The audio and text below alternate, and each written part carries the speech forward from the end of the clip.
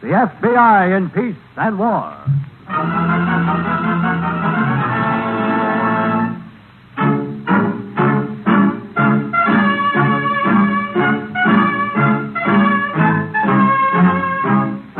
Another great story based on Frederick L. Collins' copyrighted book, The F.B.I. in Peace and War. Drama, thrills, action. Tonight's story, $25,000 bond.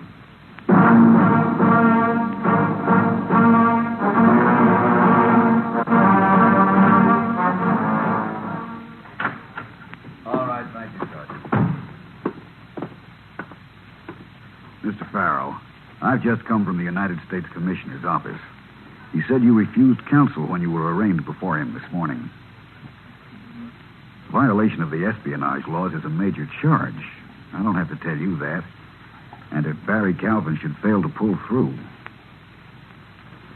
you're sure you don't want to change your mind about retaining counsel? I'm sure. Why? I have my reasons. I looked over your record in the Commissioner's office. It's an excellent record, Mr. Farrell. Unless there's a compelling reason, a man of your background doesn't change overnight. Mr. Stevens. And beyond your record, there was the interview with Agent Reynolds at your office. No, a man doesn't ask for an interview with the FBI. Mr. Stevens, I believe I'm within my rights in not caring to discuss this. You are, but you're being held in $25,000 bond. You know what that means. No visitors except an attorney. I'd hope you might be willing to help yourself since you flatly refused counsel. Excuse me. Stephen speaking. Yes, Dave. Oh? I see. Yes, I'll tell him. Mr. Farrell. Yes? That was Agent Reynolds. Your wife. I don't want Eileen brought into this. You have no right to... Your wife just made a complete and voluntary statement assuming full guilt. Her statement exonerates you from any connection with the classified documents in question, as well as your supposed part in the shooting. You want to tell me about it now? They won't put her away, will they?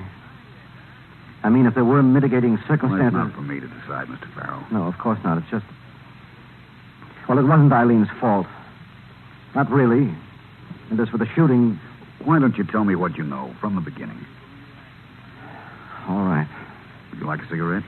Yes, I would. Here you are. Thank you. Thanks a lot.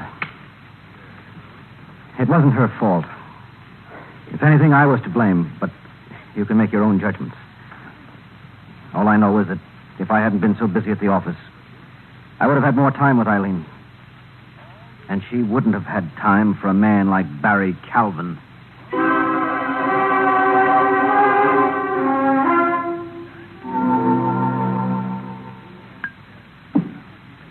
You know, Eileen, one of these days that husband of yours may get curious about what happens with you while he's busy at the office. What then? Paul isn't the type to get curious. Oh? Trusts you, huh? Implicitly. But if he ever did get curious, all I do is ask for a divorce. You, haven't mentioned anything like that yet. You told me not to. Of course. When, Barry? When what? Do I mention it? Well, I've been thinking about that very thing, Eileen. Say, that glass looks kind of lonely. Oh, just a short one. I've been thinking about us most carefully, and I've come to the conclusion... Eileen. Yes? When two people are as close as we are, they shouldn't have secrets from one another, should they? Of course they shouldn't. What is it, Barry? Tell me. I need money, Eileen. A great deal of money, and I need it now. But I thought... I know. But I haven't been doing so well with my investments lately, and a couple of big deals have fallen through. Darling, I don't care about money. Did I ever? No, of course not. For goodness sake, Barry, my husband works for the government. You know the kind of salary he makes. I know, Eileen. I know how you feel, but I just couldn't ask the future Mrs. Barry Calvin to make a big move like this unless I could at least... Eileen, how much do I mean to you? You know how much, darling. Enough to do something for me without asking why? Ask me, that's all. Eileen, do you know what work your husband does with the government? No. That is not exactly. Paul never discusses business with me. Uh-huh. He brings things home to work on, doesn't he? Oh, yes, almost every weekend. Barry, what... Eileen, you want to help me. You really do? Yes, darling, I just said... All right. That's all I wanted to know. I had to find out if you really wanted me, really needed me. Because I need you, Eileen. I need you more than you will ever know.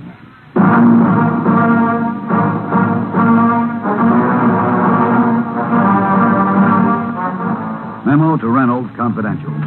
Request from Defense Department granted by Director. Your instructions are to confer with Mr. Paul Farrell at once. Report back to me. Sign it, Stevens. You there, boy. Sit up, look spry, step lively. This is your great-grandpa, and then some. My name?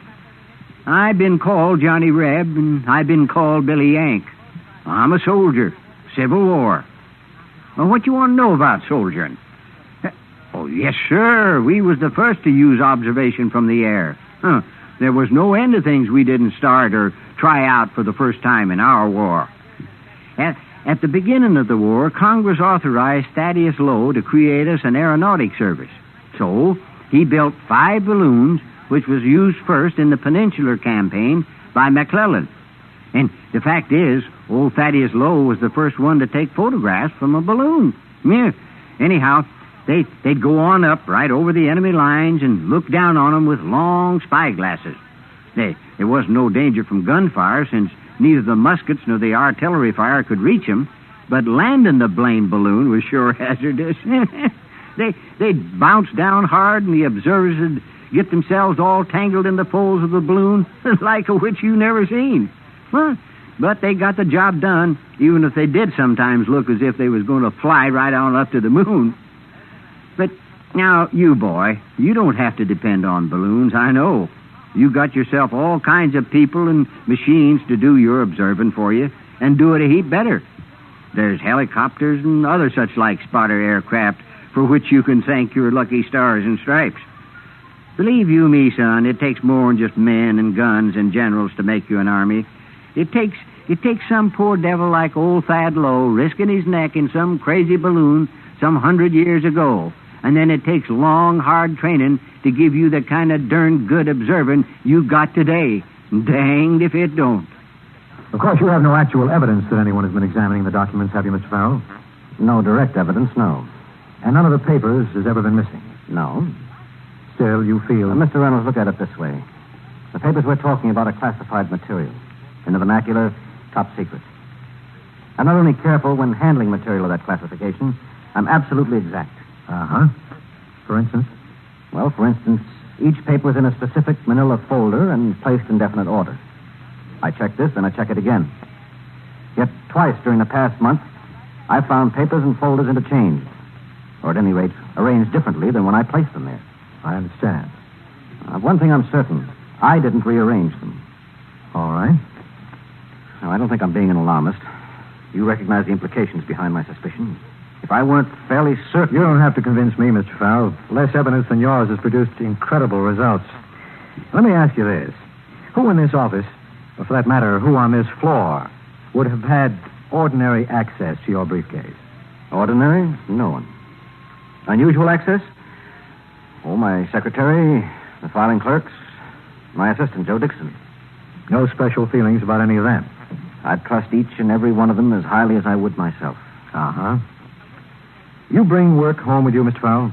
On weekends, yes, I do. Occasionally other times, but mostly weekends. This past month? Yes. Married, aren't you? I am. Happily? No, I don't mean to pry. Oh, that's all right, yes, quite happily. The reason I ask, security had you conceal the nature of your work even from your wife. This interview cancels that order. For her safety, it's now necessary for her to know. Do you have a gun in the house, Mr. Farrell? No, I don't. You don't really... Mr. Farrell. Yes? I'm not being an alarmist either. But I don't have to talk circles with you. You're well aware of the situation. I'll see that you have a gun and permit for it. One more thing. Yes? The sooner you tell your wife about this, the better. I'll tell her tonight. Anything more? No, that's all for now, Mr. Farrell. There may be something more later.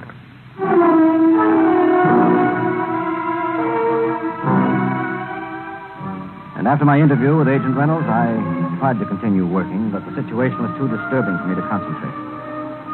I left the office and went home to tell Eileen about it, as he'd suggested. But there was a note on the night table saying she was spending the evening with friends. And this had been happening with increasing regularity over the recent weeks, and somehow that was disturbing, too.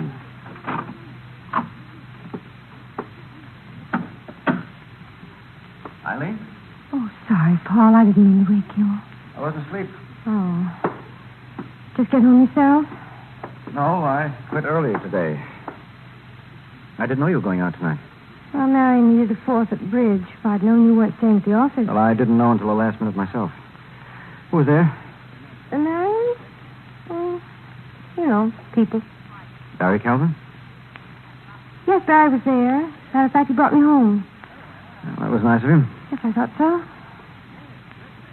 Eileen, what's the matter? Something the matter? I think there is. Imagination, Paul. No. We've been growing apart lately. It's my fault, I guess.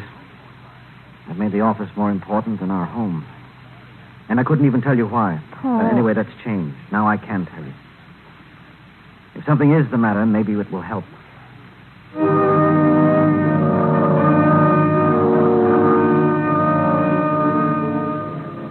And by the time I'd finished telling her, Eileen was really shocked. I'd expected a reaction from her, but nothing so severe. I reassured her as best I could. I told her the whole thing might be a false alarm. I told her about the gun in our living room desk, but nothing would calm her. And, of course, I didn't know why. I didn't know what a night of torment she went through, waiting for the morning and the truth. The truth? Your husband must be an eloquent speaker. Have you doubt me this way? Paul does speak well, doesn't he? I didn't ask you here to discuss Paul's vocal abilities, Barry. Well, I'm quite sure you didn't. How much truth is there in what he said? Apparently, you seem to think there's a good deal. Answer my question. Eileen, when you went along with our arrangement, you knew that there might be complications, didn't you? I went along because I thought those papers were harmless, because you said you needed my help. I think I know why now. You do? You lied to me all along. You only made love to me so you could use me. Use you? Oh, that has such an ugly sound, Eileen. You have my word. Every moment with you was a pleasure. Your word. Love and war, my dear, all's fair. Well? You admit it. You really are a... Foreign agent? You are, aren't you? I'm sorry. But you had to find out sooner or later. What a fool I've been. What a stupid fool. Easy now. Don't sell yourself short. And like I say, it was fun. Mouse! Crawling, squirming mouse! I wouldn't do that again if I were you. And keep your voice down.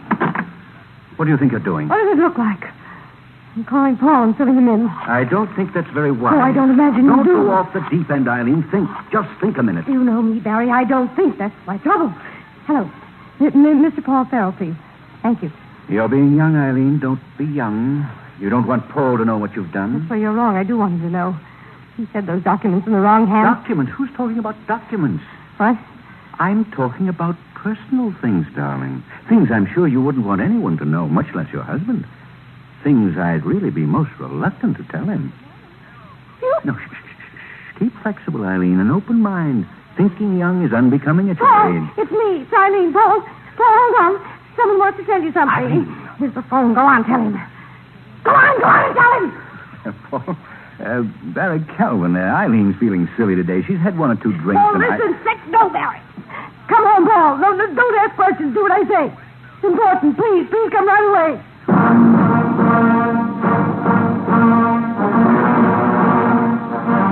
And all I knew was that Eileen asked me to come home right away. There'd been an urgency in her voice that should have prepared me for something unusual, but I was hardly prepared to hear what I did. Barry Calvin had warned Eileen how far he would go, and he carried out his ugly threat with little qualification.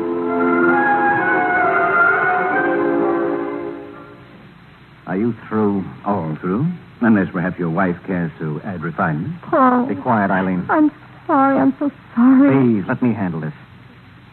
Calvin, you're a fortunate man. If this were the movies, I'd have knocked you down long ago.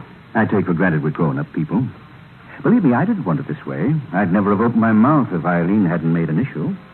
I take for granted you wouldn't do anything foolish. Do you also take for granted just what I would do? I think I do, yes.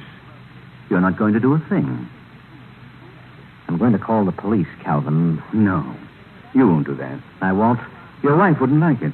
After all, someone might get careless and tell the police what I've just told you. That would make a real juicy headline now, wouldn't it? Don't listen to him, Paul. And someone might also tell them how you and Eileen had been conspiring all this time against your country. Eileen and me. Yes. I don't believe Eileen would want that to happen. Perhaps the other, but not that. No, you wouldn't try. I'm only trying to help you, dear. I certainly don't want your husband mixed up in this ugly mess just because his manly pride's been injured. You see your position, don't you, Paul? Yes, I see. And to avoid complications, all you have to do is to act sensible. How sensible? Well... All I have to do is forget this incident and let you walk out of here. Is that it? My dear Paul, I could have walked out long before you arrived. No, that's not it. There's a little something more. For instance? Paul, you're a bright young man, an intellectual, the spark plug of the nation. Surely you can add 2 and 2 and tell me the right answer. I thought Eileen provided you with the papers you wanted. She did. And more. However... Yes? However, there are certain essential papers still to be seen to, shall we say, complete the picture. In my pocket, there's a camera.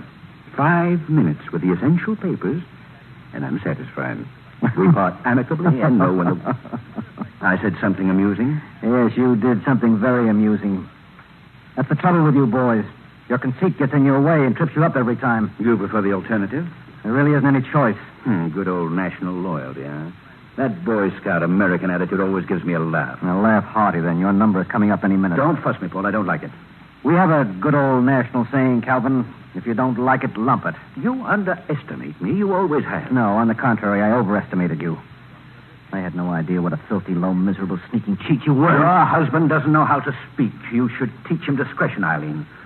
We know who the expert is when it comes to sneaking cheats, don't we? The memory of those evenings while he was at the office. Blind man like you, Paul. What do you know? Ideals, big talk, and no action. That's you or your kind all the time. Talk and ideals. While your wife... No, I'm through catering to this nitwit. Do I have to cajole when I can order? I want those papers, Paul. You'll have them. I want them now. You do have a choice, whether you think so or not. You can hand them to me, or pick up the phone and drop before you say operator. Barry? Yes, it's a gun. 45 automatic with silencer. Live and let live was always my creed, Eileen. But your big, brave husband is asking for trouble. So let him have his choice. Hand me the papers, or pick up the phone. Oh! Stay out of this, Eileen. No, I won't. The papers you want are in his desk. Eileen. I'm sorry, Paul. I don't care about me, but I won't let you... The papers are in his desk? Yes. Get them. Eileen. I stay where you are, Paul. Put that gun down or I'll ram it down your I throat. warn you, you drive me too far. You have it, Eileen? Yes, I have it. You rotten, no good... All right, Paul. I've taken enough from you. Barry? Eileen. At the desk. Had a gun. Is it? I don't know. I had to. I couldn't never. Listen. Eileen, listen. There's no time. Now, listen, I'm going to call for an ambulance. Do you understand? Now, the police will come. You weren't here. Have you got that? I'll explain everything. Oh, don't, darling, don't. Everything will be all right. Please, please, don't cry, Eileen. It's all behind you now. You'll see everything will be all right.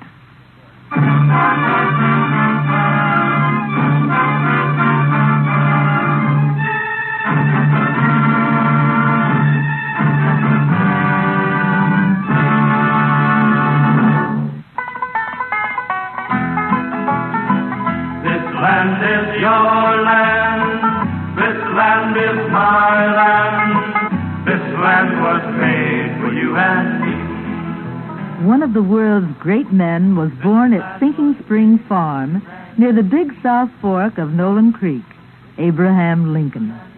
One of America's favorite songs was written about Bardstown, my old Kentucky home. Much of the world's best bourbon is distilled in Frankfurt, or Frank's Ford, as it was originally named. One of America's cleverest men hailed from Paducah, Irvin S. Cobb. Gilbertsville is the site of the largest of the TVA dams, and Fort Knox houses all of the nation's gold bullion. All of this greatness had a common spawning ground, the Bluegrass State, where the words thereof probably mean more than anywhere else, Kentucky. But the mountaineer is at least as much a part of this state as man of war, and his struggle to survive, inherited from his father and his grandfather, is in the names he gives to the hollows where he lives, lonesome and troublesome and peevish. The stick-to-itiveness of men like this has made Kentucky a state famous for thoroughbreds of all kinds, and a state which continues to stand united. Calvin Bartok, alias Barry Calvin, recovered from the gunshot wound inflicted by Eileen Farrell, and on his release from hospitalization, was deported from this country under the Subversives Act. Mrs. Farrell, in spite of her husband's vigorous efforts in her behalf, was tried as an accessory, convicted as charged, and sentenced to 2 years in women's prison. As for Paul Farrell himself, substantiation of his wife's statement by your F.B.I. provided his immediate release from $25,000 bond.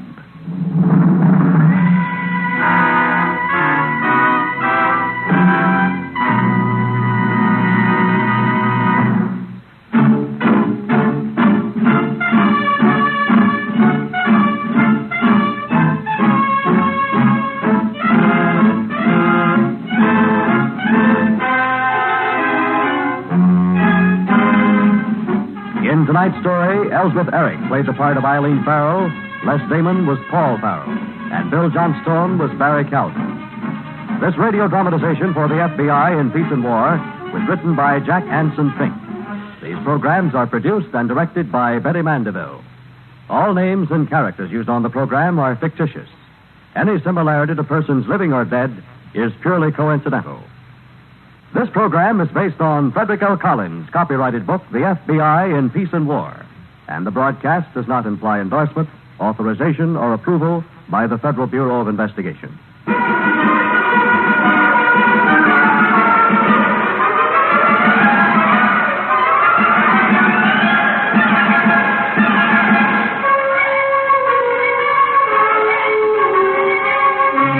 This is the United States Armed Forces Radio and Television Service.